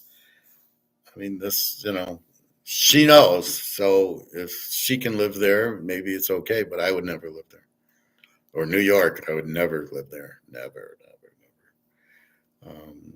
But I could see, I don't know where I'd want to move. I'd probably go to Vegas just because I'd spend every day at the Venetian and Caesars and watch football and play poker. That would be my life. That's my retirement when the gold goes up. I don't know where Pacific Palisades is. Is that near LA? Near San Francisco? I think I want to say it's above LA. I'm familiar with it. A $6 million home. So she's not too worried about taxes. So she's fine. Besides Malibu. Yeah, so in her world, you don't give a shit about the taxes because they're very small compared if you have that kind of money. So is she got the homeless? Are they near her? I don't know. So if you got that kind of money, you're not worried about gas and all the other taxes. So then maybe it's if you're not worried about it, and you got all the gold coming in, so could be okay. Where does she live now? Why don't you just move in where she's at? I mean, that's what I would do if she's already got a house. Anyway, well, good luck with that. I got to go. I'm going to go hot tub. I don't feel too good. No homeless in the rich LA suburbs. Isn't there homeless in Malibu? I don't know. There's homeless in LA. I know that. And I took Carmen. We went to Santa Monica Pier. We were staying right near there. And I think there's homeless around there now. And Malibu was like, I think it was a 10-minute drive up. So hard to say. But there's a good Iron Chef restaurant in Malibu we ate at. Although I didn't know it was. Carmen didn't tell me. I'm like, why didn't you tell me? I would have ordered something different. Anyway, so that's what's going on. So have a good day. Let's check gold. Let's see if it's, where are we at?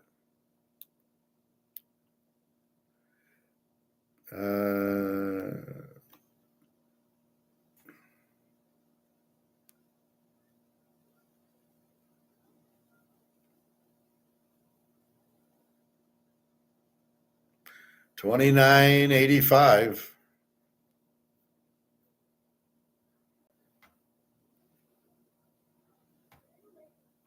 And silver 33.77. So what I'm excited about is silver's holding, getting ready to hit 35, and it's holding the 35. So it's going. And gold 29.85. So it's holding there.